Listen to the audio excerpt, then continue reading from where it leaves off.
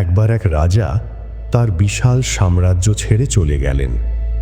রানী তখন বড় অসহায় হয়ে পড়লেন। রানী তার সাম্রাজ্যের সব বাচ্চাকে কোলে নিয়ে গল্প শোনাতে শুরু করলেন। যুগ যুগ ধরে সেই গল্পই চলে আসছে। কখনো খাবার না খেয়ে দুষ্টুমি করলে, কখনো কপালে টিপে মাথায় হাত বুলিয়ে। এরপর এমন একদিন এলো, রানীর বয়স বেড়ে গেল, বাচ্চারাও বড় হয়ে গেল।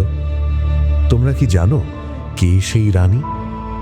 আমাদের মাই হলো সেই কল্পনার সাম্রাজ্যের রানী।